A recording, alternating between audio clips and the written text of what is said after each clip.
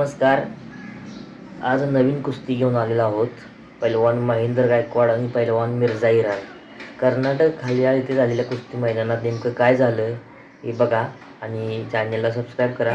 अर्धा तासानंतर तर कुस्ती पॉइंट वरती लागणार. ट्रॅक्टरवरची कुस्ती एकदा कलर मध्ये सांगा तुम्ही.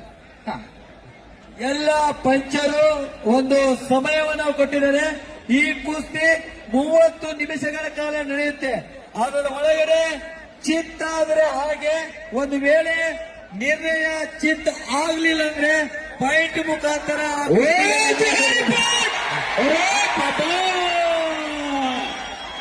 मिर्झा इराण दुहेरी पटकाला. अरे बाप मिर्झा इराण